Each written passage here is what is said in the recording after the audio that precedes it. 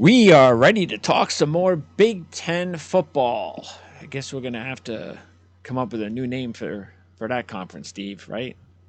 Yeah, we're gonna be getting some new friends here pretty quickly. So I don't know what they're gonna call it. How many teams will there be? Four new ones. Yeah, USC and UCLA were already coming in, but then with the Big Ten expansion, more movement brought along Oregon and Washington to the Big Ten. So that's Oh, four crazy. new teams coast to coast. Yeah, it's just all nutty, isn't it? Yeah, I don't know. It's new and it's happening. So what I We have try to go to through it. what I try to tell myself is it's happening. I can't control it, so just go along and put your head down and accept things and move along. That's it. It's all you can do, right? So, Yep. and the thing that really, and I know Nebraska doesn't, because what would their top rivalries would have been considered Oklahoma and maybe Colorado back in the older Big 12 Back days. in the day, yeah. And of course, Oklahoma was always the big one, but that's, of course, kind of died away, unfortunately. Yep. And you don't want to see these rivalries die away. But that's like I was talking to Rob Mosley, covers the Oregon Ducks, and about, I mean, how do you not have Oregon and Oregon State? How do you not have the Civil War? Mm-hmm. And then I was talking, what was it? We were talking about the rivalry, um, the Oklahoma State, the Bedlam, Bedlam. that they can't schedule right now. They won't be able, unless something pops up, they won't be able to play for 13 years. Mm-hmm. That's nuts. Yeah. Yeah, it just kind of shows you that decision makers and what's important to them. And I guess I understand it. I mean, money is everything. So they're trying to set their respective programs up, schools up for financial stability in the future. So it leads to massive changes like this. So I guess I understand it. But for a college football fan who grew up with one thing, Yeah. it's just change. So it's not going to be easy for a lot of people, I'm sure. Yeah, and the only thing with all the change, the two things that I'm okay with, and of course they have to figure out the whole transfer portal deal because it's gotten way out of hand. But Yep. I do like it when you can get these players instead of them being second, and third, and fourth, and fifth strings of powerhouses that they get to play, and I like that Mm-hmm. elsewhere. And I also, of course, love the fact that starting next year we've got a real playoff system. So It'll be fun. if you got to take the good with the bad, then I guess that's the trade off, right? Mm-hmm. So And look, okay, let's not pretend that this new Big Ten is not going to have like awesome matchups. Like, of course, everybody's going to want to see Oregon play Ohio State. yes, Everybody's going sure, to want to see Washington come to Lincoln. yeah, It's obviously going to be really good for college football fans. It's just we have to sure. get used to this whole thing. Yeah, So I just don't. Yeah, that's all good. I just taking away the rivalries is the thing yep. that's really, yeah. I mean, hopefully it'll make it easier to match. Depending again, I don't know what's going to happen when teams bowls starting next year, but maybe it'll be easier to say, hey, well let's put Oklahoma and Oklahoma State in a bowl Mm-hmm. because we know that they didn't play this year, and Yeah, that'll sell tickets. it So will. maybe that's the way you do it. So Mm-hmm. let's take a look. I'm going to pop up your Twitter account here. So, of course, hanging out with rivals for both football and basketball. So, how is that going? Is this what year are you in now, Steve? This will be my second season with Rivals, and I've Okay. absolutely loved it. It's we got a great team here at inside Nebraska, and um, obviously there's a lot of news to keep us busy, and we're doing the best we can to provide our subscribers with all the info that they need, and I think we're doing a pretty good job at it. It's been fun. And of course, there you've got the Brain Trust, Yeah. the new Brain Trust, Trev Alberts and Matt Rhule. Yep. They So, had their weekly. I guess Trev Alberts isn't on the radio weekly around here, but Matt Rhule had his coach's show on the radio, and so we cover radio interviews as well. And one thing about Matt Rhule is when he talks, he says a lot, and it's a complete opposite from the previous staff with Scott Frost. So whenever Matt Rhule talks, whether it be in a press conference setting where we're at, or if we're at home listening to the radio, we need to cover it, and we do a great job of that. And I see that the team has now already 5 4-stars committed to next year. Yep. They've been doing All good. offense. Yeah, for sure. Carter Nelson there was the big one. He's actually an 8-man football player from the northern part of the state here in Nebraska, in a little town called Ainsworth, Nebraska, and he was a big fish that they got, the biggest fish right now. So Wow. you also had Davon Hall there, a really talented wideout from Bellevue West. Nebraska actually has 3 commits from one school, a Class A school called Bellevue West, which is the highest division in this state. They have their future quarterback, Daniel Kalen, and a lot of people are high on him. Some recruiting services have him as a 4-star. I believe Rivals has him as a 3-star right now. That could change during his senior year here, because Bellevue West might be in the state championship this season. They'll be one of the contenders for Class A. And yeah, Ian Flint, tight end from Texas. Ja'Cory Barney was another really big one, really talented, dual purpose athlete. He plays some receiver. They put him at Wildcat quarterback. He runs around, makes plays. They stole him away from Miami, which is really kind of big pull. And then Presta Tamoa, the offensive lineman from Hawaii. So you have coast to coast that Nebraska's staff is trying to recruit. They obviously have a focus on the state of Texas because Matt Rhule has a ton of connections in Texas from his Baylor years. That's nice. So Nebraska has been hitting the state of Texas hard in recruiting, and but they've shown that they're going to be looking at Florida as well, and just a little West Coast flavor with the Hawaii offensive lineman too. So, and he's really good. A lot of people are excited about Preston Tamoa. So, yeah, I mean, recruiting, they've been doing really, really well recruiting wise, Matt Rhule and company. Good start. And again, this is where Matt Rhule belongs. He belongs in college football. And let's also hope, of course, for Nebraska fans' sake, that he finds a home, not a place where he's going to rebuild and then head somewhere else to rebuild. So you'd like to. Yeah, that's always yeah, when he was first hired, I guess a lot of people kind of viewed it as, oh, is this a stepping stone for Penn State, his alma mater, his where he loves, his previous program where he played as a walk-on linebacker. But from everything he said and just the vibe that I'm getting, I think he's really, really invested in Nebraska and turning things around and building something and building his third program into a winner like he did with his previous 2 stops. And why not? I mean, Big Ten. I mean, you did the best conference, basically. SEC, stable conference, stable. It's you're in a good position, and if you win there, I mean, what else do you want? Oh, for sure. If he wins here, if he turns Nebraska around, and he did it at Temple and he did it at Baylor, turned those programs into winning. If he does it in Lincoln, Nebraska, I mean, it'd be a cult. He's going to be one of the best college coaches to ever do it, honestly, because he has a resume to back it up. Yep.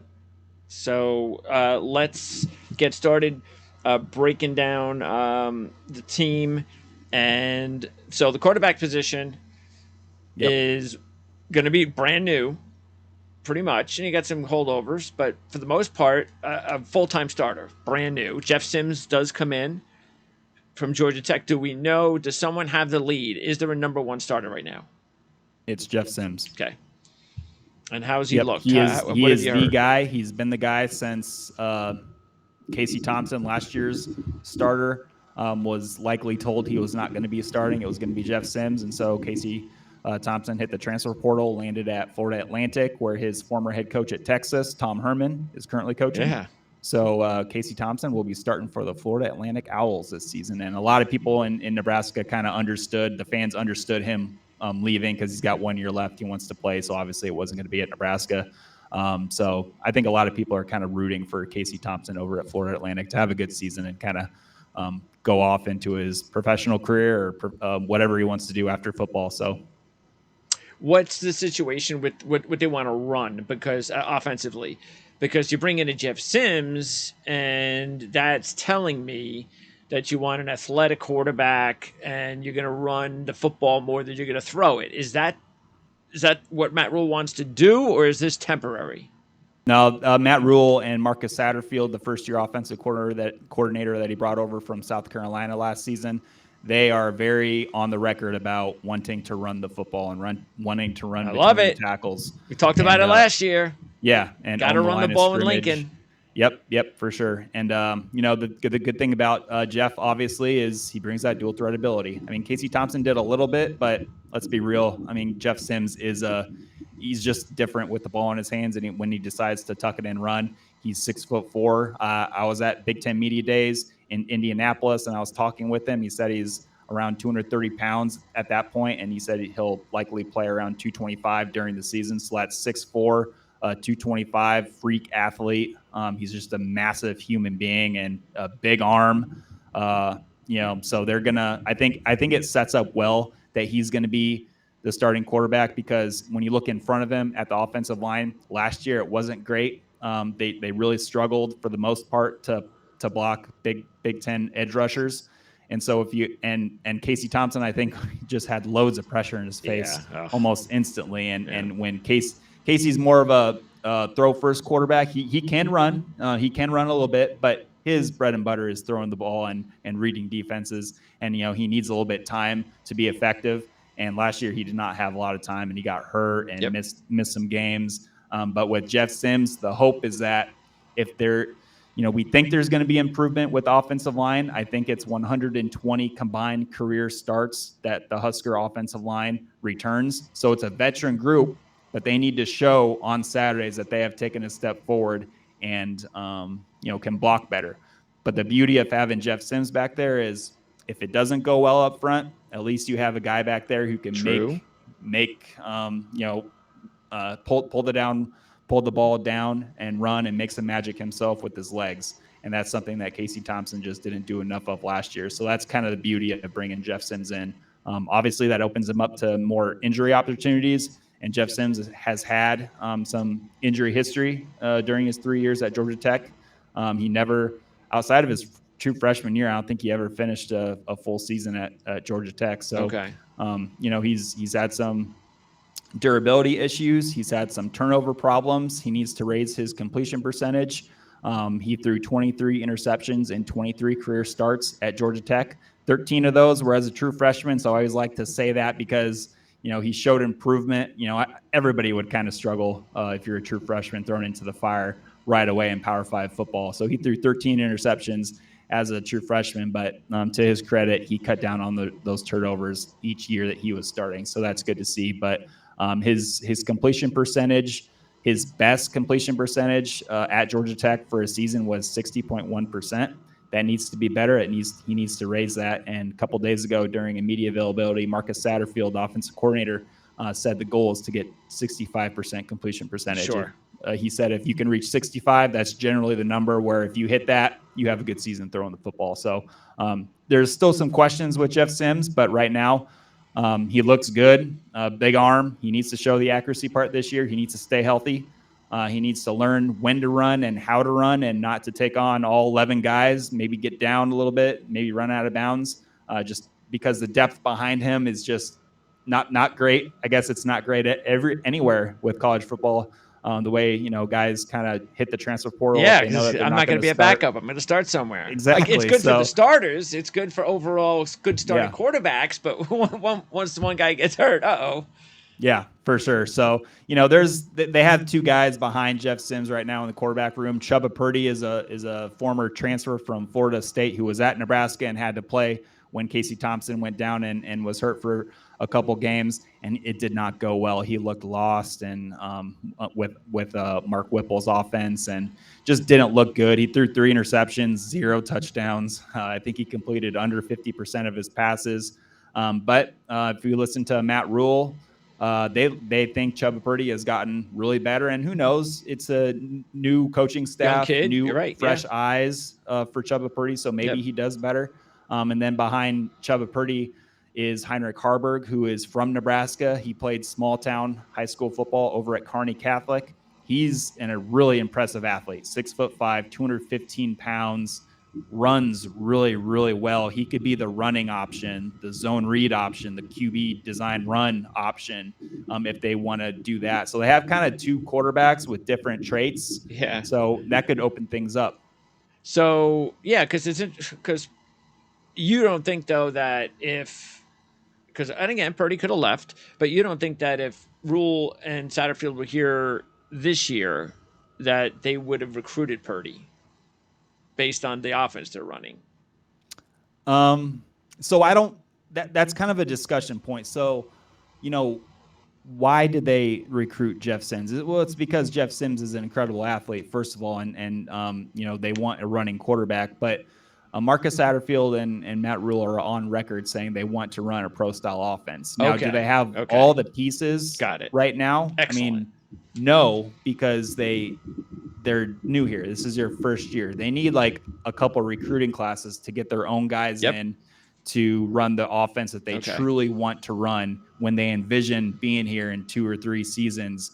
Maybe that third season or that second season is going to be the one where they can really truly do what they want on offense. I don't know if that's going to be this season because, you don't want to like ask an offense to play a certain way when it's not what they are geared or best or if it's not what they're comfortable doing. And that might be the case this season. So the offense that we see this year might not be what it looks like in 2 or 3 years with Matt Rhule and Marcus Satterfield. Hey, music to my ears. I mean, this is exactly what we talked about last year. This is what Nebraska should be doing all along. This is it. Go do the Michigan route. It worked for Harbaugh. No reason it can't work at Nebraska. Same thing. Yeah. So yeah, and it's like when you look at Michigan, they're gonna pound the ball with a big offensive line, a really good running backs, and just a good game managing quarterback. But with Nebraska, I'm sure they're going to try to do that, but they're going to be 11 personnel a lot. They're going to put Jeff Sims in the shotgun. They're going to give him some run pass options, some RPO action. It's just everybody's just kind of wondering what it's going to look like because a lot's been said. It's time that we just need to see it. There's no more. We don't need to talk about anything. We've been doing that for all spring ball, all fall camp. We just need some games to start because now it's just getting too much. It's like, all right, we get it. Let's just play some games and actually look at the real thing and then talk about that. Do they have a definite number 2, or is that not the case? Well, Matt Rhule said if something happens, God forbid, to Jeff Sims and he can't play, it's just going to depend. If they want a running style offense at quarterback, it's going to be Heinrich Haarberg. If they want to open things up and maybe have a more of a pass run threat, then it's going to be Chubba Purdy. So Chubba Purdy would be kind of the all around. I think he would have more of the playbook open to him with the passing offense than Heinrich Haarberg would. Okay.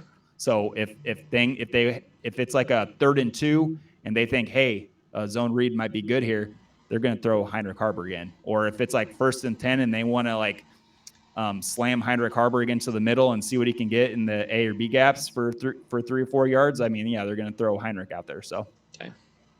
All right. Let's take a look at the skill positions. And so do they have – I know we talked about Grant. It was a nice addition to the team. So what's the rest of the backfield look like? And do you think they're going to rotate? Is that really what it's going to end up being? Or do you see a guy that eventually could become the number 1 down the road? Yeah, so the Nebraska's running back room looks pretty good. They have 3 strong candidates. They have Gabe Ervin. They have Anthony Grant, who was a starter last year and rushed for over 900 yards in his first year as a Husker. And then they have Ramir Johnson, who's a veteran guy. Let's just start with the first one, Gabe Ervin Jr. Matt Rhule loves him some Gabe Ervin Jr. 6 feet, 225 pounds, runs a 4.4, just a really physical, strong running back. And he's likely going to be the one that's going to get the first carries. Anthony Grant has struggled a little bit in fall camp, but we only know that because a few days ago, Matt Rhule was very open and honest in front of the media and said the thing that Anthony Grant needs to do better is hold on to the ball. He's had some fumble issues the past couple practices. So that's kind of dropped him down a peg, which led Gabe Ervin to kind of be the top guy. But Anthony Grant is still elite with the ball in his hands. If he can hold on to it, it looks really, really good. And he also needs to do better in understanding where a run is supposed to hit, like which gap it's supposed to hit. Because last year, in front of a shaky offensive line, sometimes he would get the ball and bail on which hole it's supposed to He wasn't be. patient It's supposed enough. to Yeah. go. Yeah, he wasn't patient enough, and he would just like cut it out and try to run around everybody. Sometimes he did. A lot of times he didn't once he started playing better defenses. He could do that against the North Dakotas and the Sure. Georgia Southerns, Yeah. but he couldn't do it against, Michigan and Illinois and Minnesota, all those tougher defenses. So, and then Ramir Johnson, like I said, he's a veteran back. Matt Rhule called him a great third down back. He compared him to JaMycal Hasty, who is a former Baylor running back that Matt Rhule coached. JaMycal Hasty was just a small Yeah. guy out of the backfield who could do a lot of pass catching, be kind of like a slot receiver. That's Ramir Johnson. So Ramir Johnson might be getting a lot of work on third downs. They might start him out right next to Jeff Sims in the backfield, but then motion him out to the slot, and now he's like a receiver. So that could be kind of a fun deal for Marcus Satterfield, trying to mix him into the equation and kind of have an opportunity to have different personnel sets. Like maybe it's 11, and then it turns into 10. So that provides him some flexibility, but it's a strong group. I think Gabe Ervin is the one that is, a lot of people are waiting for him to show the true potential because he's been hurt. He's entering his third season. His first two, he tore his or I think it was a season-ending patellar injury as a true freshman, which he started. He started the season as a true freshman, which was the first time anybody has ever done that at Nebraska. And then last season, he kind of wasn't fully back from that knee injury, and then he developed turf toe as well. But this season, he's bigger, badder, more confident. He says he feels great, so he is 100% healthy and ready to roll. So Husker fans are really excited to see that. But overall, good room with the running backs. Okay. And then as far as the receivers are concerned, take a look here, and Kemp comes in from Virginia, so he's the big transfer. There's a couple other transfers, but he's the big one. Is he also going to end up? I mean, Marcus Washington is there as well. Who's going to be the go-to guy? Okay, so we might have to do some reshuffling with the depth chart that I'm looking at right now. Xavier Betts is currently not on the team, and he will not be coming back. So that hurts because Xavier Betts was expected to be the one that was going to be the go-to guy. 6'2", 205 pounds. He's a former in-state guy from Bellevue West. Really, really talented, NFL potential. But just kind of has some struggles off the field, and he left the team in fall camp here. It was actually the second time he's left the program, because he left the program in spring ball of 2022. Okay. And didn't play at all last year.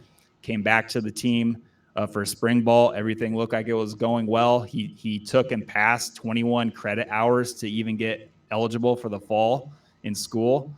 So it appeared that everything was going well, but Matt Rhule announced a little bit a while ago that he wasn't going to be with the team. Just said that Xavier came up to him and said his heart wasn't in it, didn't love football, so he didn't want to play. So that's a huge hit to the wide receiver room, because there's just not a lot of game-changing names in the room right now. Marcus Washington, he's fought some injuries through fall camp, and he returned to practice yesterday, I believe. So that's good, at least. And I think he has wide receiver one potential. He was with the team last year, but a lot of the targets went to Trey Palmer, who's obviously doing really good things with the Tampa Bay Buccaneers right now. So a ton of targets went to Trey Palmer. Marcus Washington didn't even have near the targets that Trey did. But the hope is Marcus Washington can kind of take a step forward if he has those opportunities. He made some real highlight type grabs last season, but just not a lot of them. I think he had over 400 yards receiving. So he's going to be an option. He needs to, continue to go to practice and get healthy and shake the rust off from the time that he did miss through fall camp. So he's going to be an option to be wide receiver one.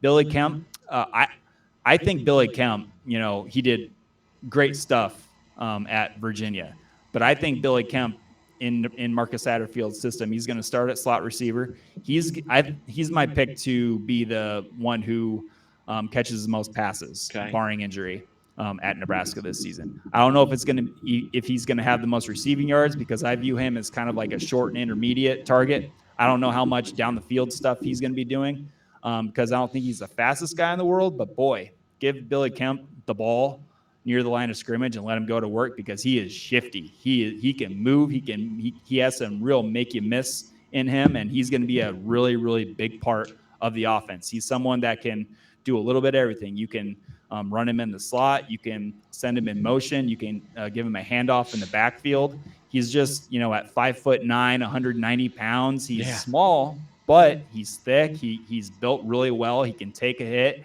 and he's violent. So just I really like Billy Kemp. I think he's going to lead the Huskers in catches this season. But outside of those guys, somebody's going to have freshmen. Somebody's going to have to step up from the true freshman class. And so that's kind of scary a little bit. But, when you're looking at Nebraska's wide receiver room, there's just not, like I said before, there's not a lot of proven commodities over there. It's just a whole one big question mark with the wide receiver room. So that's going to be something that they have to work out, because I don't know. It just doesn't look great with wide receivers, but they have some talented freshmen. Malachi Coleman is a big name here, 6'4", around 190 pounds. He was a 4-star athlete and just kind of a big name in-state guy. Jalen Lloyd is a track star from in-state Omaha West Side High School. This dude on the track and field circuit is just like crazy good. Like, Jalen Lloyd is crazy good. I wouldn't be shocked to see him on an Olympic team in the future. Yeah. Okay. He's that good. He's really fast. But the thing is with him, he's been turning heads in fall camp, and he's been running with the first team offense. But the thing about him that I'm kind of worried about is the size. So he's like 6 foot, but he's like 160 pounds. He's just like a true freshman. And it's nothing against Jalen Lloyd. He's just like super young and still growing into his body. Yeah. So Nebraska has some things like that they're dealing with the wide receiver room. Jaden Doss is another one that could, true freshman that could maybe see some reps with the first team. He's a little bit better built than a lot of the true freshman guys, I think, around 6 feet, 190 pounds. And he's like Billy Kemp in my opinion. Okay. He can play a little slot. He's a little bit shorter of a guy, but he has experience taking handoffs in the backfield at his high school in Missouri. I'm really high on Jaden Doss. And then there's Demetrius Bell. He's from Tennessee, Nashville area.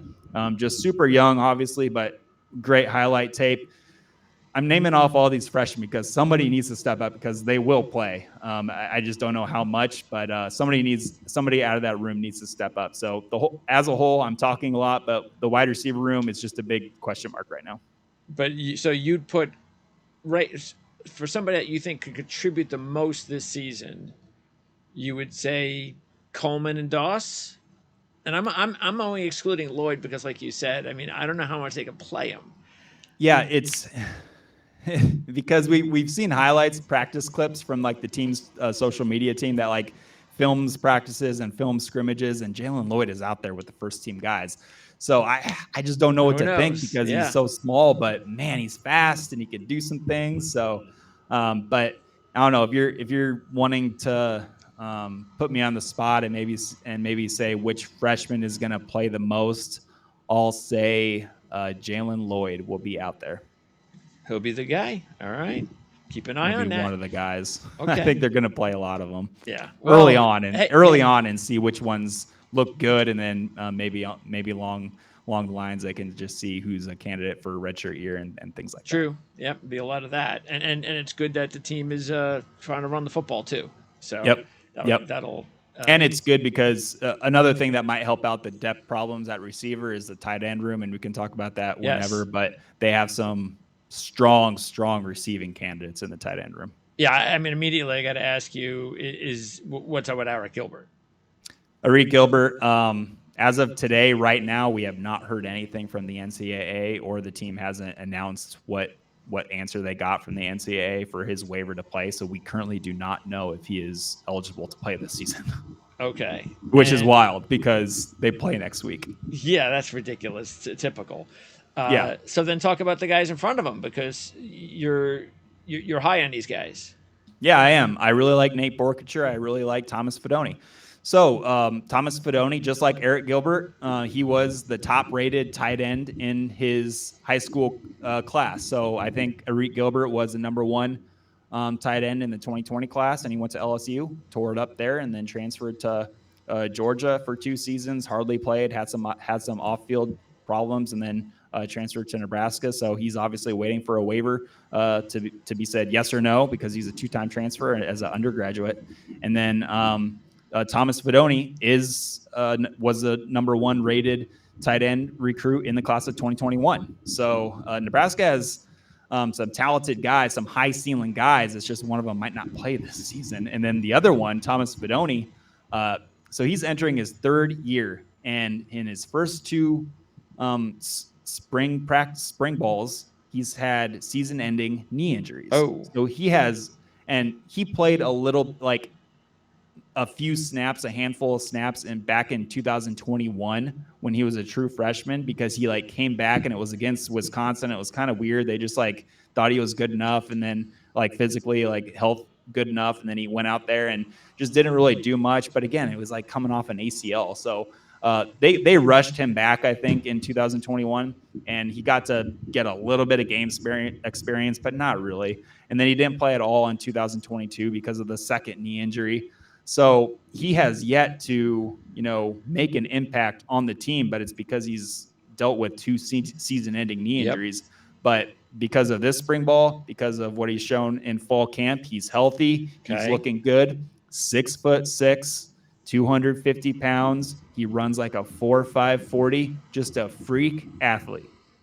So a lot of people are really hoping that the potential pays off on the field with catches and touchdowns, because, if he stays healthy, it's hard to imagine Thomas Fidone not making an impact this season if he stays healthy and everything, just because he's the size, the speed. He's an excellent pass catcher. I think he's developing as a run blocker too. Okay. He's a guy that could, just because of the tight end depth that we talked about, how the depth really isn't there, you could see Thomas Fidone playing some receiver, playing in the slot, playing some X receiver out wide, just because of that big body, and he moves like a tight end too. So it's just, he reminds me of Kyle Pitts. If you remember Kyle Pitts from Florida, currently with the Atlanta Falcons, just big Kyle Pitts vibes with me for Thomas Fidone. So a lot of people are banking on Thomas Fidone to be healthy. Nate Borkature, he's a former walk-on. He's one of the handful of walk-ons that Matt Rhule gave scholarships to because he likes them so much. Okay. So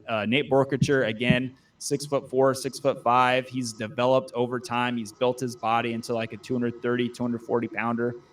He's just solid. He's not going to blow you away with anything, I don't think, but he can block well. He can catch the ball a little bit. He can run a little bit. Like I said, he doesn't have the ceiling that Thomas Fidone has, but Nate Borkature is just like solid. He's like the guy that you look at in the tight end room and he's just like, that guy's solid. Like, we can depend on him. Can't really depend on Thomas Fidone yet, just because we haven't seen him, and we hope he stays healthy.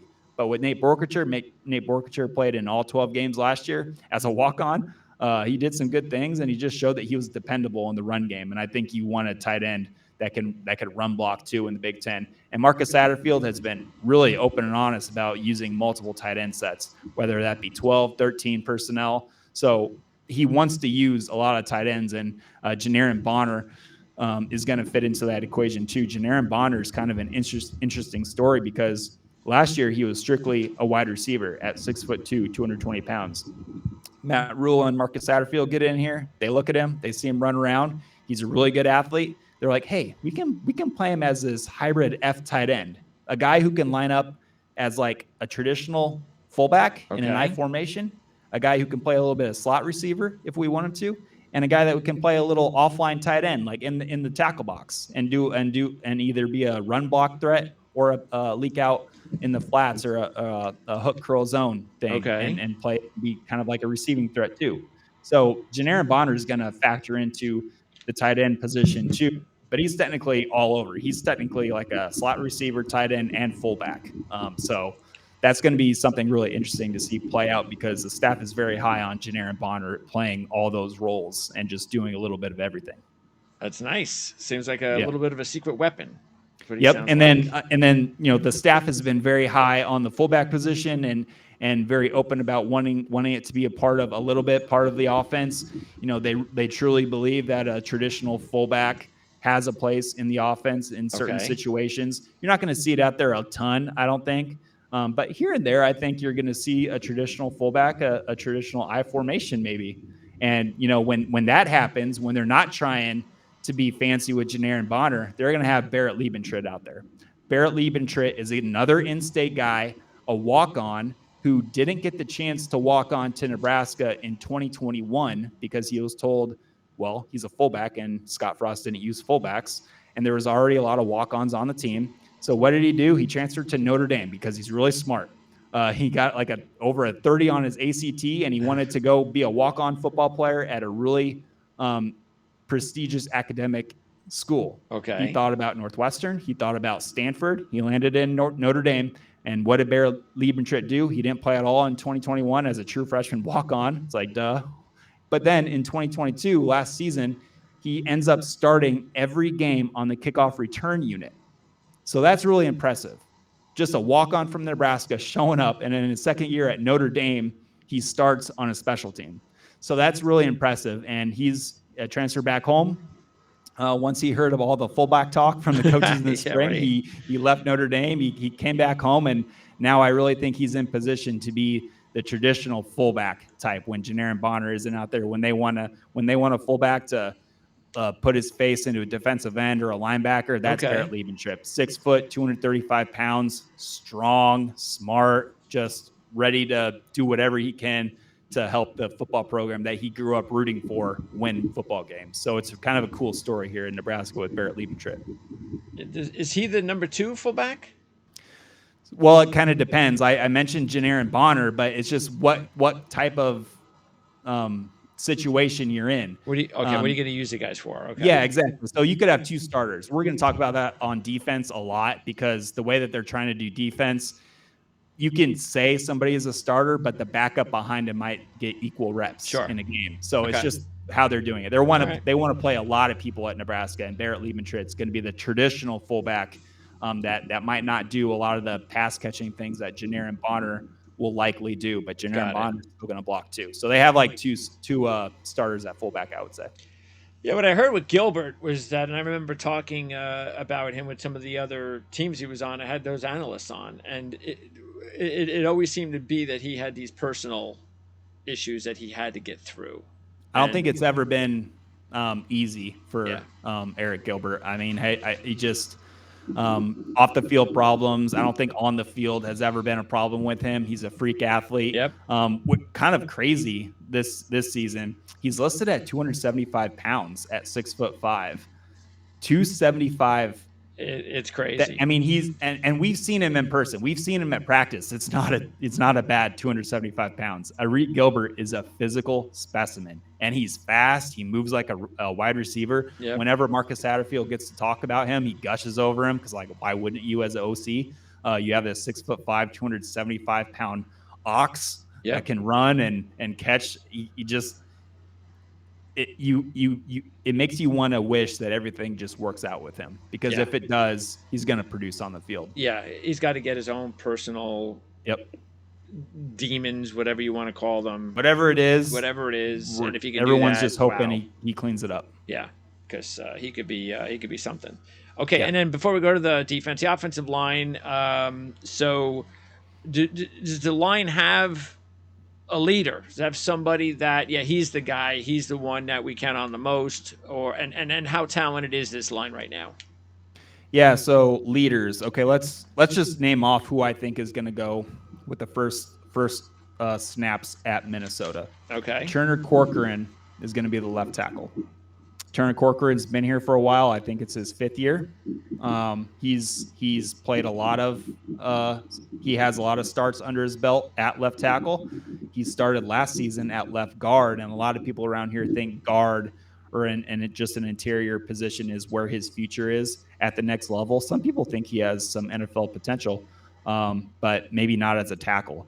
But due to the injury situation with Teddy Prohaska, Teddy Prohaska has been kind of the starting left tackle for the past 2 seasons here. But the thing about him, he's 6'11", he's over 300 pounds.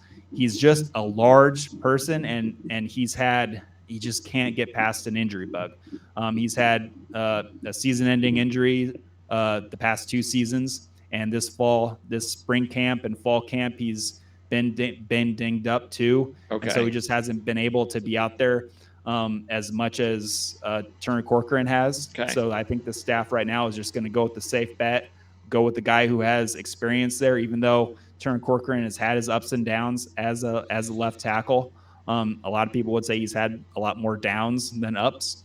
So Turner Corcoran's likely going to be the starting left tackle. Okay. Left guard, and he's a leader. He's like absolutely Turner Corcoran is a leader of the offensive line, Okay. one of them. But Okay. it's a veteran offensive line, 120 combined career starts return to that unit. So there's a lot of veteran guys. More than one guy will be considered a leader. Okay. At left guard, Ethan Piper. Ethan Piper was the representative for Nebraska, one of the three at Big Ten Media Days.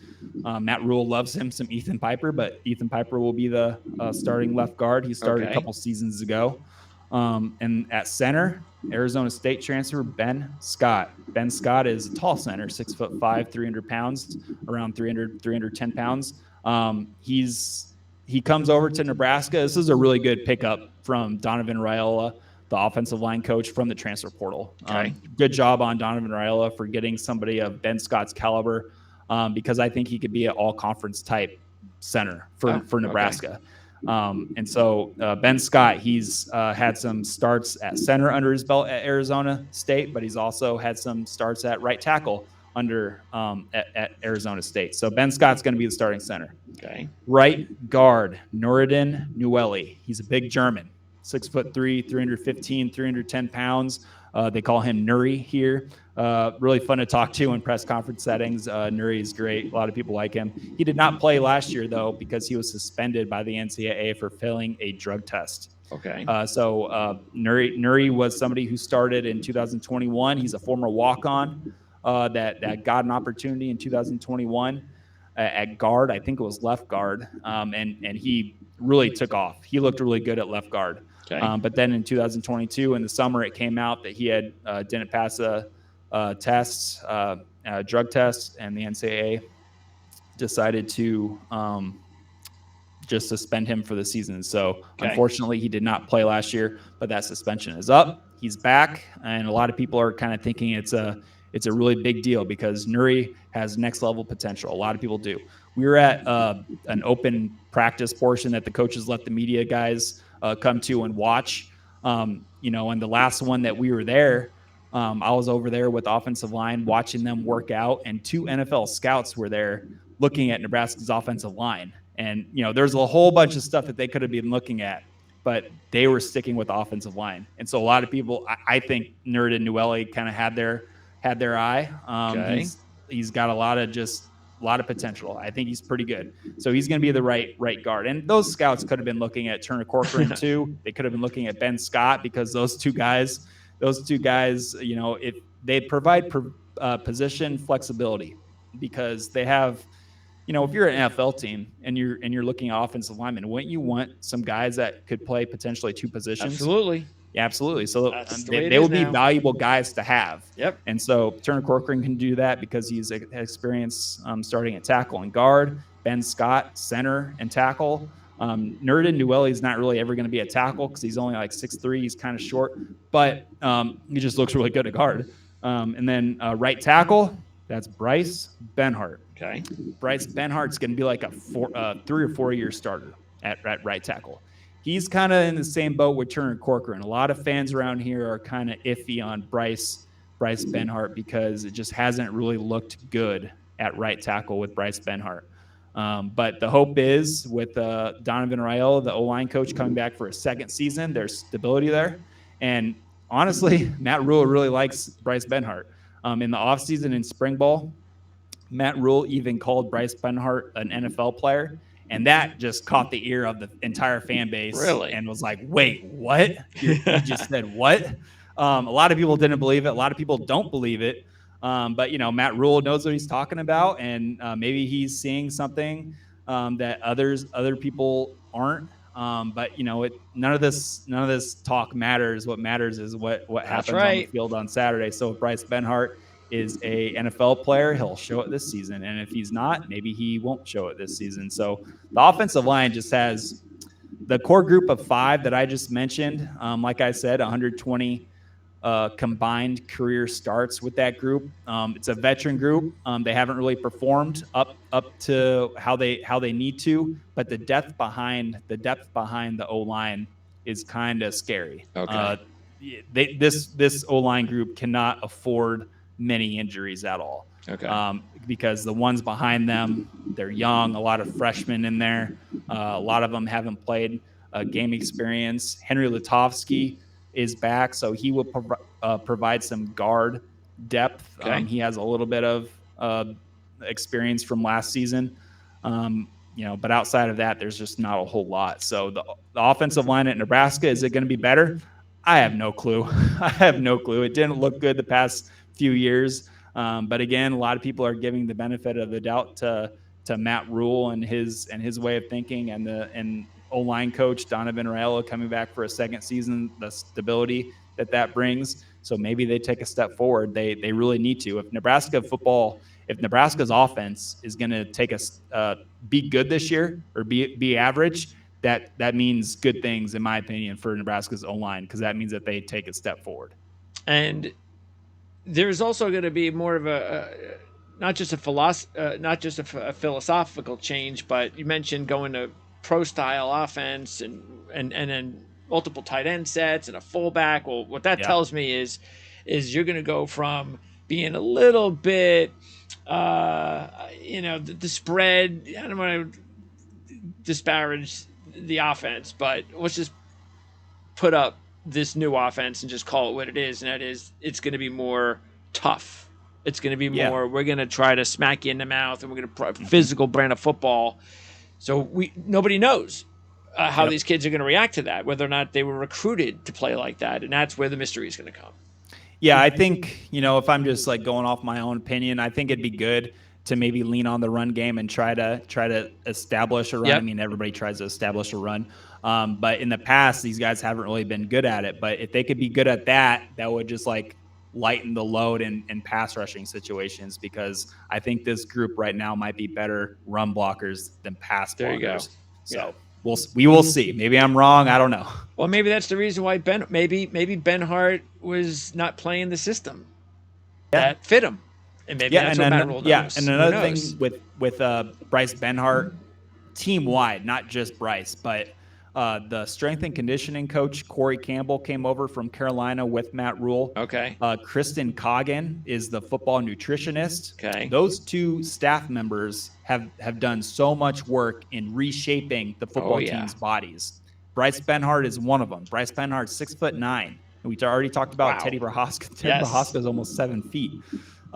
All these guys were just massive last year, and that's kind of how last year's staff wanted them to be. They just wanted these big hulking bodies. But under Matt Rhule, I think there's going to be more movement. They want these guys to be more quicker on their feet, and that means trimming them down, cutting some fat off. And so we will see what they'll ask the offensive line to do. Maybe that means more pulling. Maybe that means more east to west zone running concepts. I don't know, but it's noticeable when you see these guys walk around from last year. They are slimmer, they are more toned. So we will see if that pays off in the run game. And you would say the guys with the biggest upside, you think, would be Novilli and Scott? Ben Scott for sure. Nerd and Novelli too. Novelli, okay. Yep. Yeah, no. Novelli, got it. And, it's kind of a hard name. He's German. Yeah, he's born in Germany. Yeah. But he came over here. He played high school in Nebraska, right outside of Lincoln. So he's been here for a while. Former transfer from Colorado State. He was a true freshman starter at Colorado State back in the day. So, and Prohaska is on the team. He's on the team, and he. So if all went well and he didn't have these injury issues, he would likely be the the starting left tackle, which would allow Turner Corcoran to play his more natural guard Okay, so he's position. still banged up then. So Teddy Prohaska, there's a lot of T names here. Teddy Prohaska is working his way back. He got dinged up a little bit in fall camp, and so that allowed Turner Corcoran to just be the guy at left tackle for as long as Matt Rhule has been here, honestly. So, but Teddy Prohaska is definitely working his way back, and once he's healthy to go, he'll be either a strong backup or maybe he can go into that starting left tackle position later on in the season, which will, help out Turner Corcoran too. Okay. Let's talk defense now. And as far as the defense is concerned, you have a new coordinator there. So what's the defense going to run? And is it going to be different from the last couple of years? Going to be really different. So Tony White comes over after 3 seasons coordinating Syracuse's defense. And he brings over his 3-3-5 defense. A lot of people call it a 3-3 stack. So, what Nebraska fans are likely going to see here, which is a little bit different. They're going to have 3 true defensive linemen on the field. Okay. They'll have 3 linebackers. 2 of them will be just your Mike and Will linebackers, I think, just 2 inside linebackers. And then there's going to be a third, a linebacker, and they're going to call him the Jack linebacker. And that's kind of like a hybrid linebacker / defensive lineman. So it's not going to be the rover. It's going to be the Jack. There's going to be a rover out there as well, but he's going to be in the back end. The rover in Tony White's system that he's planning to use right now is going to be Isaac Gifford. Isaac Gifford's kind of like a safety linebacker hybrid. Okay. He's a little bit bigger, tougher dude. So MJ Sherman is going to be the Jack linebacker. And he fits that perfectly. He's a first-year transfer from Georgia. I think he spent around 3 years at Georgia, won 2 national championships, but he just didn't play a lot on defense. Okay. Which doesn't say much about MJ Sherman. It speaks to what Georgia has in the outside linebacker room. They are loaded. They are an NFL factory. So a lot of people say, "Well, MJ Sherman didn't play at Georgia." It's like, well, MJ Sherman has $1 million friends, which is what he told us in a press conference. He just had it was hard for him to get reps out there. This is why you love the transfer portal. Yeah, absolutely. Yeah. So it doesn't mean MJ Sherman can't play. It just means that he was in a really loaded room on a program that just sends linebackers to the NFL every single season, sometimes multiple. But how many years of eligibility does he have? MJ Sherman, I don't know if it's. So he's a senior, right? Or a junior? I think he might be a junior. Okay. Yep, he's a junior. Okay. So he can have multiple years of eligibility here. So he's 6'3", 250 pounds. He's the guy he's a starting Jack linebacker that's going to be on the line of scrimmage quite often. So when people look at that 3-3-5, they sometimes they get too caught up in the numbers. 3-3-5. So we're only going to play with 3 defensive linemen. Well, MJ Sherman's going to be down there too. He's going to be kind of playing either head up, outside shoulder of a tackle. If there's a tight end to his side, he might be head up on the tight end on his outside shoulder. So a lot of times it's going to appear that Nebraska is in a four-man front, which they will be. It's just going to be comprised of like 3 true D linemen plus MJ Sherman, that Jack linebacker. You're going to have two inside linebackers. Well, I mean, we can. You want to stick with the D line for now? No, you can start with the because Sherman would he be considered one of the edge rushers? Yes. Okay, and who would be the other? So there's going to be, I think, 3 primary Jack linebackers. Okay. MJ Sherman, Jamari Butler, who was here last year, and then Chief Borders, who was another transfer from SEC country, Florida. So Chief Borders also comes 6'4", 245 pounds. He comes from Florida. Same situation as MJ Sherman. Chief Borders just did not play a lot of defensive snaps at Florida. He's primarily a special teams guy, just like MJ Sherman was at Georgia. Okay. So there's a lot of questions with these 2 SEC transfers. But honestly, just watching them at practice with my own eyes, from what we did get to see, it's not much. It's usually just like some stretching and some running around. They look the part. Yeah, they look the part a lot. Right. And so I think they're going to be playing. And Chief Borders is somebody who I think could help out at inside linebacker too, at times, just because he's so fast. He's really fast, and he's got that big body. He's so chiseled. He's first guy off the bus material for sure at 6'4", a little under 250 pounds, and he can run. Jamari Butler, same thing, 6'4", 6'5", 240 pounds. Okay. Pass rushing is probably the best thing that he's going to be asked to do. So those are the three guys Okay. that are going to be playing that jack linebacker position that can line up in different sort of areas too. They're primarily going to be on the edge of the defensive front, but Okay. Tony White can mess around. Tony White can mess around with these guys and play them at the second level as kind of a linebacker too. They're going to be blitzing a lot, not just on the edge, but it could be an A gap blitz, B gap, something like that. So then you go to the um, sticking with the D line, Nash Hutmacher is going to be a really big piece. Ty Robinson is going to be a big piece. Those are two veteran dudes who are going to be really leaned on right Okay. now. Blaze Gunnerson is probably in the next defensive end who's going to start to create that 3-man front. And so he hasn't played a lot. He's kind of dealt with some injuries during his season. So this year will be kind of his big coming out party. A lot of people are hoping for. And then at inside linebacker, Luke Reimer will start. He earned a single digit, which is the new tradition Matt Rhule is trying to implement with his team. Teammates vote for other teammates to get a single digit, and there's only going to be 9 of them out there, I believe, or 10, I think. So Okay. because 0, Nash Hutmacher is 320, 315 pounds, and he's going to be wearing number 0 this Okay. year. So that's going to be kind of interesting.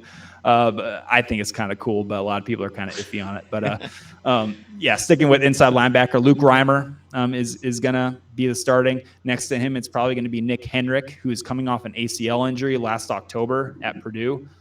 So a lot of people are interested in Nick Henrik because they didn't really view the 3-3-5 as something that would fit Nick Henrik because he's kind of like the north-south thumper middle linebacker, Okay. kind Yep. of a bigger dude, 6'3", Old traditional. 235. Okay. Yeah, more traditional guy. Whereas Luke Reimer is just an athletic freak. I mean, he's like 6'1", 225 pounds, and his thing is speed. Like Luke Reimer can go sideline to sideline, no problem. And he's just kind of a crazy athlete where the 3-3-5 might fit Luke Reimer perfectly. But as of right now, I think Nick Henrik is probably going to get the nod at right next to Reimer at inside linebacker. Okay. And then another inside linebacker that's going to be playing a lot, like we spoke before, Tony White's going to want a heavy rotation on defense and play a lot of different guys because he wants to keep everybody fresh and just going as hard as they can every single play. So behind Luke Reimer and Nick Henrik is going to be John Bullock, which is another in-state player who was a walk-on for 4 years, and I think it's his 5th year entering the program. Matt Rhule comes in and gives him a scholarship because he likes him so much. So John Bullock is going to be another inside linebacker that's going to be playing a lot. Okay. And then you mentioned Hutmacher and Robinson. So are they and then you also mentioned Gunnerson. Yep. Now, are they all starters, or is that your interior? Is that your No, those are going to be the primary starters, I think, on the D line. Okay. Ty Robinson at D end, Nash Hutmacher as kind of like that 0 technique, the D tackle, and then Blaze Gunnerson as the other defensive end. Now, if we want to talk about the potential on the D line, Nebraska's got some freshmen. I see you added them there on the D line that are going to play, and a lot of people are high on them. So Cam Lenhart could easily you could tell me Cam Lenhart is going to be starting in front of Blaze Gunnerson, and a lot of people will be like, oh yeah, I can see that because Cam Lenhart, a true freshman from New York City, but he went to high school in IMG Academy. He finished there. He came to Nebraska and is just tearing things up in spring ball and fall camp. They love Cam Lenhart, a true freshman. So he could play. So he will play on the D line. He probably won't redshirt. I bet he plays all 12 games. And he's a guy that, a lot of players on the defensive line are going to play all over. So Cam Lenhart at around 250 pounds is going to play some interior D line. So just like he did, go back to the spring game and watch him. He was playing several different techniques along the defensive line. So he's going to be asked to play on the interior some, but a lot of people think he's going to hold up. So we will see about that. The second freshman D lineman that a lot of people are excited about, Princewell Umanyalan. Princewell Umanyalan was a 4-star prospect out of Texas, and just like Cam Lenhart, he really turned heads in spring ball and fall camp. and he's going to be asked to rush the passer a lot too. I think the staff is going to try to keep it simple with him and let him play confident and fast, and he's going to get after the quarterback. So Principal Umanyalan is another true freshman that I would guess he's not going to redshirt. I think Principal is going to play quite a bit this season, Okay. just like Cam Lenhart will. All right. So those are going to be your top freshmen, and then the other three you think would be the primary defensive linemen. Yep. All right. So then let's move to the secondary Yeah. and do right now. And some guys got an opportunity to play last year, which was nice. I know some of it had to do with injury, but it is what it is. It helps this year. So, is there a number one guy? Is there somebody in the backfield that is the leader? It's Isaac Gifford. Okay. For sure. He is the some would say the leader of the entire defense, and you even want to stretch it to the offense. I mean, Isaac Gifford is one of the key guys. I mean, Okay. if they didn't do the single digit thing, he would be voted one of the captains. I mean, they're going to vote captains, but I think Matt Rhule says it's going to be like after the season and postseason if there's a bowl, something like that. I'm kind of iffy on that whole thing, but Isaac Gifford is absolutely one of the leaders of the team, and he's going to be starting at Rover, that hybrid safety linebacker who's going to be doing a whole lot of different things on defense. That's a big job, that Rover position in Tony White's defense. I don't know. When I was studying up on Tony White's defense at Syracuse, Justin Barron, who is still at Syracuse, he was a really good rover for them. Kind of a bigger guy. Justin Barron was a former wide receiver, 6'4", 220 pounds. He can run, he can hit. That's what they're looking for at that rover position. And Isaac Gifford at 6'1", 205 pounds, he can run, he can hit. He has a safety background. He came into the program as a safety, so he's got that coverage skill in him as well as the linebacker. He's got some strength to him, some girth. So he's gonna do well. I think a lot of people, the staff is really high on Isaac Gifford, so he's gonna be running around and making a lot of plays. The two starting corners are likely going to be Quentin Newsome. He's going to be a 3-year starting cornerback, future NFL player, in my opinion. But we can talk about that later because he needs to show that he can do some stuff. But on the other side, outside of opposite of Quentin Newsome at corner, is going to be Malcolm Hartzog, likely. Malcolm Hartzog was a true freshman last year who started several games. I think Indiana early in the season was his first game starting once Tommy Hill kind of fell out of the rotation. But Malcolm Hartzog, again, the staff loves Malcolm Hartzog. He was a little small at 5'9", 5'8", 180, 85 pounds, but size doesn't really matter to Malcolm Hartzog. He comes up and is not afraid to hit you. He led the team in interceptions last season as a true freshman. True freshman, yeah. Yeah. So Malcolm Hartzog is a really kind of bright spot coming back. Quentin Newsome is too. But the thing with Quentin Newsome is he just has yet to snag an interception in his career. So he's going to be a 3-year starter. He's kind of showed good things as a run stopping corner in the run support. He does well in coverage. But the thing that I want to see from Quentin Newsome this season, and I think some NFL scouts do too, is his ability to bring in an interception. He had 2 go through his hands in the season finale last year at Iowa. And I really like Quentin Newsome. He's long. He has great length at 6'1". He has long arms. It's just hard for receivers to get away from him because he can grab you. He's got these long arms, these long limbs, and he can keep up with a lot of people. And he showed a good tackle instinct in run support, but he just needs to get some turnovers this year. So if he does that, I think he's going to be an NFL draft pick. I don't know how. I'm not a huge draft guy, but I think he's going to be drafted if he gets some interceptions and obviously does as well as he did last year. So in Tony White's defense, there's going to be primarily 5 defensive backs out there, 2 corners, 2 safeties, 1 rover. The 2 safeties are likely going to be Omar Brown, who was with the team last year. He's a former freshman All-American at the FCS level from Northern Iowa. And so he's last year was his first year in Lincoln. Didn't play a whole lot. That he was kind of battling some injuries, and the coaching staff was kind of yanking him around from position to position. The first position that he played was corner. Then they moved him to safety. Then they moved him down closer to the line of scrimmage at nickel. So now he's back at safety, and I think things are going well for Omar Brown. He's good size, 6'1", 200 pounds. He's not afraid of contact. So a lot of people are high on Omar Brown, but we just don't know yet because he hasn't played a lot of snaps at Nebraska. If Okay. he can reclaim what he was doing at Northern Iowa, that's an excellent start because he was a stud at Northern Iowa. Okay. Now, across opposite of Omar Brown at the second safety position is Deshaun Singleton. Deshaun Singleton, I think, is going to be starting for the first time in his career. He Oh, was with the okay. team at Nebraska last year, and before that, he was a JUCO guy from Hutchinson Community College in Kansas. And Matt Rhule is very high on Deshaun Singleton, and when you look at Deshaun Singleton, you can see why. 6'3", 205 pounds. He can run. He can hit. He's violent. He played a little bit last year, but just he not starter worthy amount of snaps. He was out there when Nebraska's defense was in like some short yardage packages, some goal line packages. But outside of that, he just didn't play a lot. Okay. And he's going to be a first time starter, I believe. So again, there's some question marks in the back end, but a lot of people are kind of hopeful and like it actually. The starting corner positions, we're all good with Newsome, Hartzog. That's solid right there.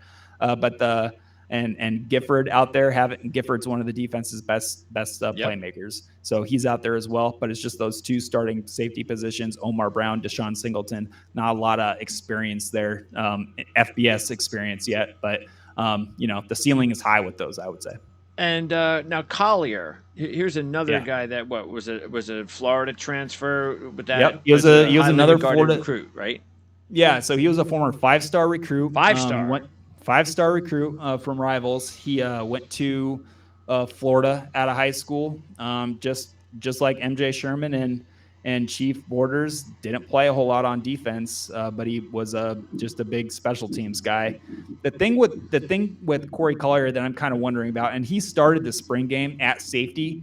But since then, like in press conference settings, we just haven't heard a lot about Corey Collier, but we've heard a ton of Omar Brown, and we've heard of a ton of Deshaun Singleton, and so that's why I'm putting Singleton over Corey Collier. Corey Collier is probably going to play because, like I said several times before, Tony White wants to rotate heavily on defense this year and play a lot of guys. So Corey Collier's likely going to play, but I just think Deshaun Singleton's going to play over him a little bit. But the thing with Corey Collier, and I don't know if I'm at a turn saying this, I'm just worried about the size. So so I want to be correct with this. So Corey Collier, he's listed at 6'1", 190 pounds.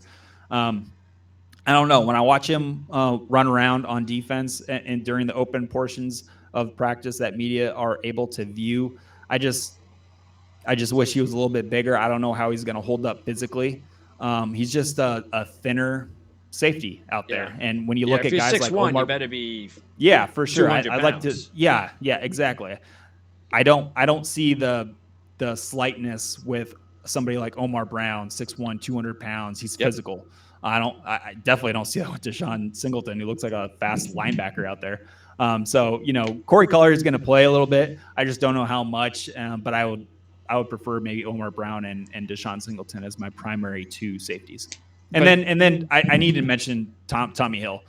So Tommy Hill started at corner for the first 4 games last year. He was a former transfer from Arizona State. He was a good pickup out of the portal by the former defensive backs coach, Fisher, Travis Fisher, who is now coaching corners at Syracuse, which 3 former Huskers transferred to this offseason, including Miles Farmer, who started 11 games last year at safety. And that's kind of a big loss, Miles Farmer leaving. He left right before or right after spring ball, I believe. Okay. So that's kind of tough. But he's at Syracuse now. I'm sure he's going to do well. But Tommy Hill was somebody who started at corner for the first 4 games last year. It did not go well. Okay. He's really athletic. He's got a great frame, 6'1", around 195, 200 pounds. Great frame, great athlete, really fast. One of the best athletes on team, actually. But it just did not click last year at corner. He was benched for Malcolm Hartzog, who came in and won the job himself and just did really well last year. But the weird thing with Tommy Hill is after he was benched, the staff tried to move him to receiver. Okay. Because he was a really good receiver at his high school in Florida when he was in high school, but he didn't get many targets. He didn't play much at receiver. He just ran down there a couple times, and didn't get the ball thrown to him. But when Matt Rhule and Tony White showed up, they looked at Tommy Hill and it's like, okay, we're going to put you back on defense, first of all, where you belong. And so he was actually suspended for the very first practice of spring ball. Tommy Okay. Hill was. It didn't really seem like it was going to go well. A lot of people around here thought Tommy Hill was going to transfer because he just didn't sound like he was meshing with the new staff. But since then, a lot of the coaches have been saying great things about Tommy Hill. Tommy Hill seems to have accepted his role and just is one with the culture and has actually turned into one of the leaders of the defense. He's been doing everything right since his hiccup in spring ball. And a lot of the coaches have been very high on what Tommy Hill has been showing recently. He might be a candidate to play a lot on defense now. Okay. If it just all works out and Tommy Hill can be somebody who can put in at corner again, that would allow Malcolm Hartzog to play at safety, which is another good thing.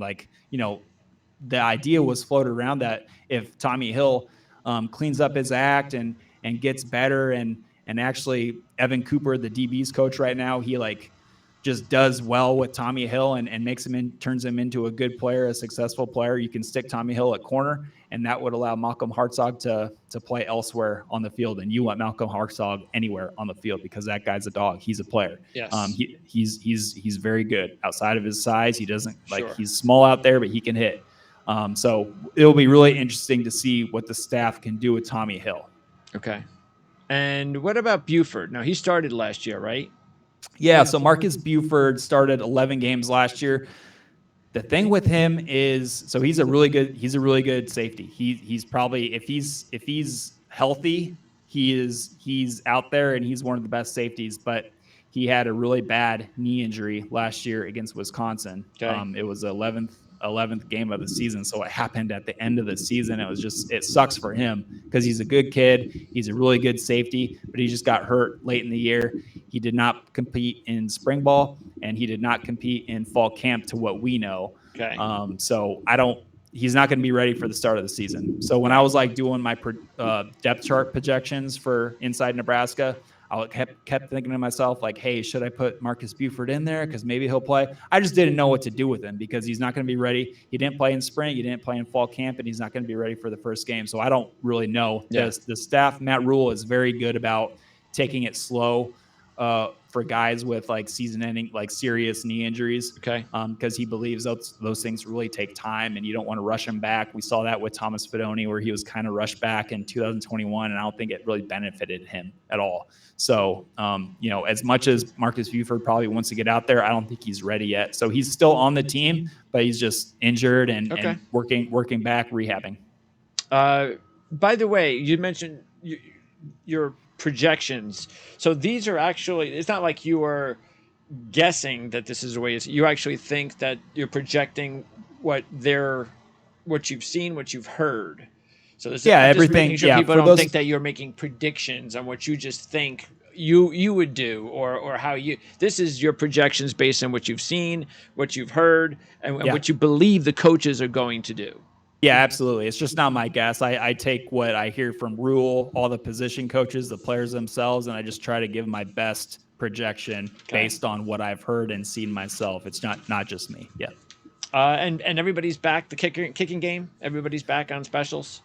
Yep. So Brian Bruscini is an all-conference caliber punter. He was an FCS punter of the year at Montana.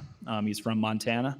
Last year was his first season at Nebraska, and Brian Bruscini is a really good punter. I think he's going to do better than he did last year. Last year was okay for him. It wasn't his. I think that he thinks that he can do better, and a lot of people are maybe expecting a little bit more, but he was still solid. But he's back, and he'll be the starting punter, and he'll actually be the starting kickoff specialist, I believe. And because last year's kickoff specialist transferred, who's really good, he transferred to Georgia Southern actually in the offseason. Okay. Georgia Southern actually beat Nebraska last year, and he transfers to Georgia Southern. That's not important, but just kind of a fun fact.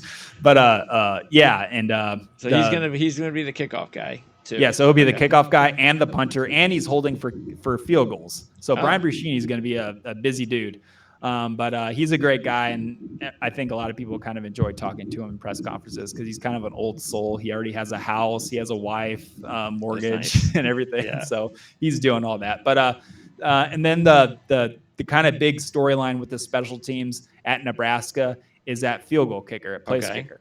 So Timmy Bleekrode returns. He was a starter last year. He hit 9 of his 12 attempts, but there's a true freshman, a really good true freshman coming in. He got a scholarship, a full ride scholarship to come to Nebraska, and he's from Nebraska. He's from Omaha Westside High School, which in Omaha, obviously, and he's just really good in the state championship game last year, and he's a true freshman this year. So last November in the state championship in Memorial Stadium, he played a team called Gretna for the Class A state championship. He drilled 5 field goals in that game, including the walk-off field goal with like 1 Wow. second left. He was a Wow. stud.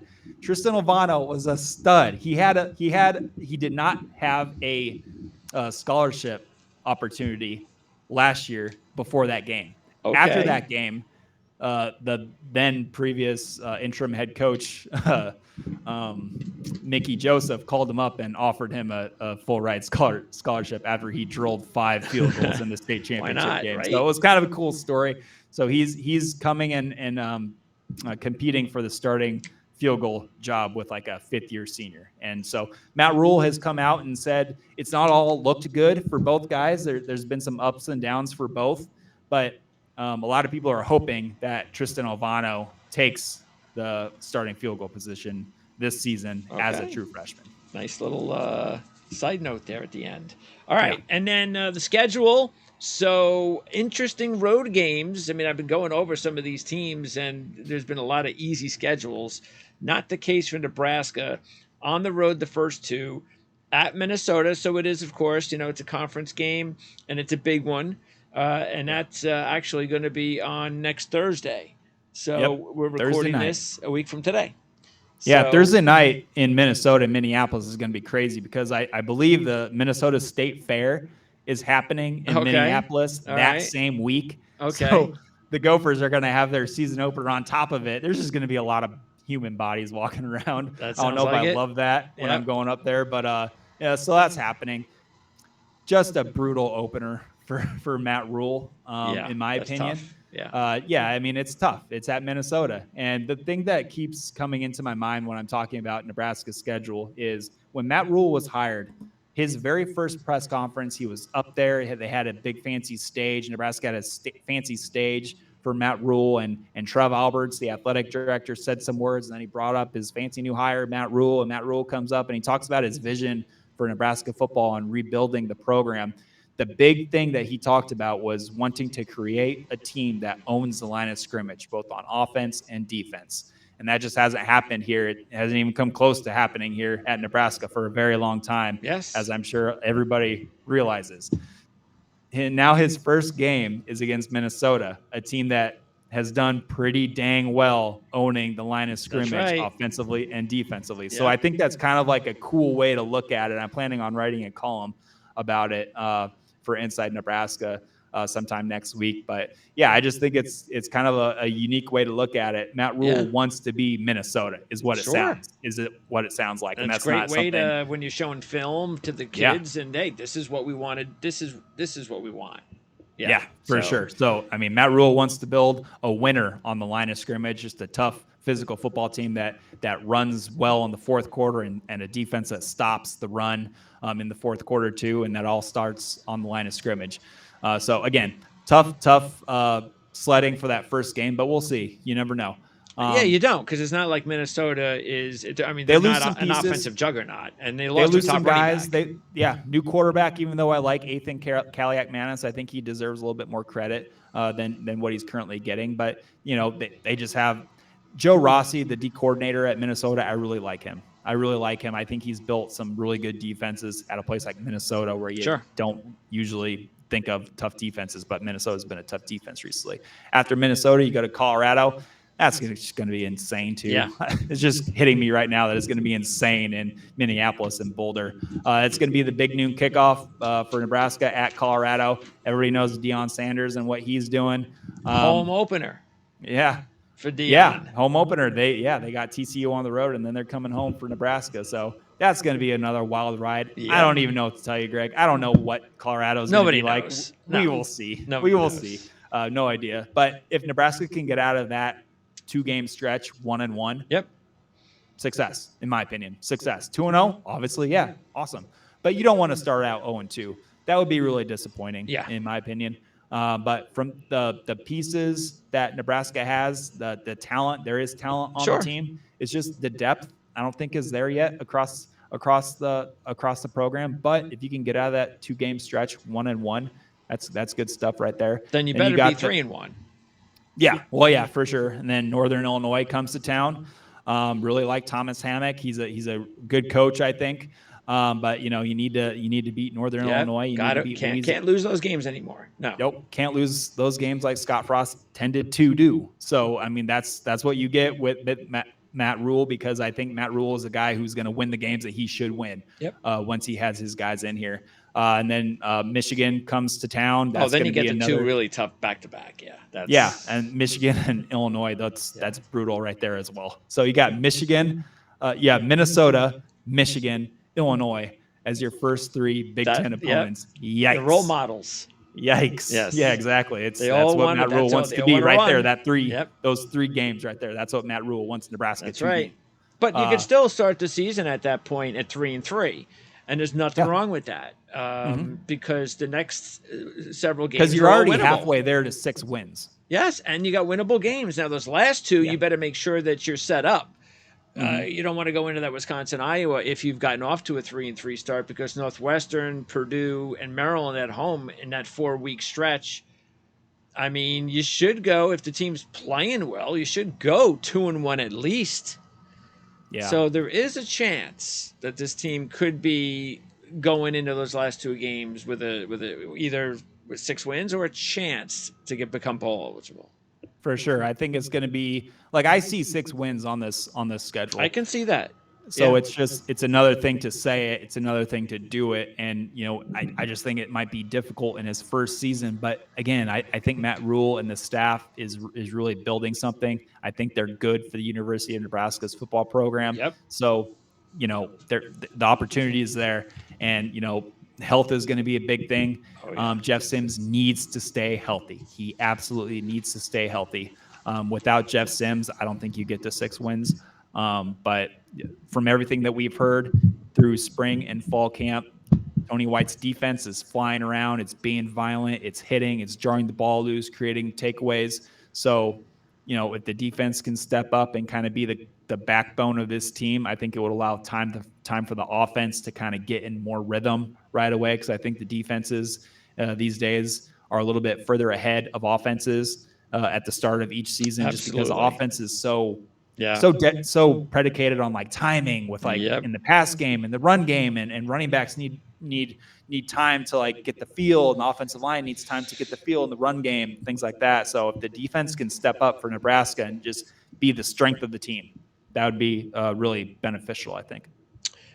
Well, I think it makes a lot of sense based on what you're saying. So bottom line is, bowl or not, as long as the positive signs are there, and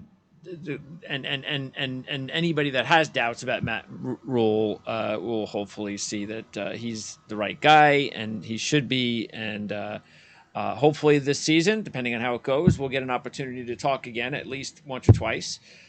So I'm looking forward to those conversations, especially if the team gets off to a good start.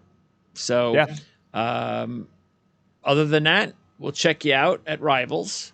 And do you have anything else going on as far as interviews or podcasts or anything like that? Or mainly just check out all of your information, your articles at Rivals? Yeah, just head to Rivals, Nebraska.com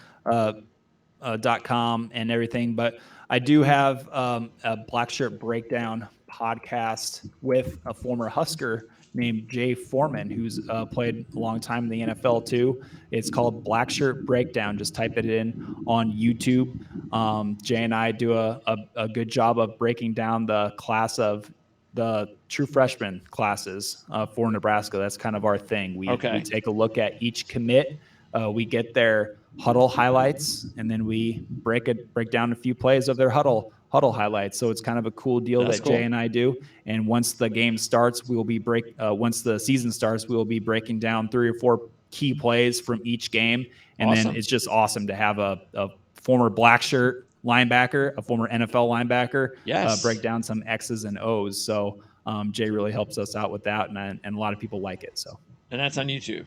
yeah, YouTube, just Awesome. Google black shirt breakdown. Oh, And it I'll should have be a us. link in the description.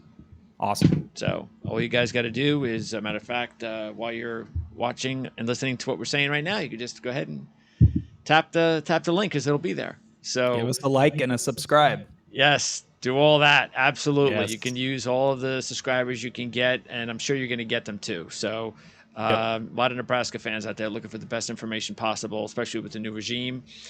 Steve, you do a great job. I appreciate it. And again, hopefully we'll get an opportunity to talk at least once or twice again this season. Yeah, let's do it. I'll be here. Thanks, Steve. All right. Thank you.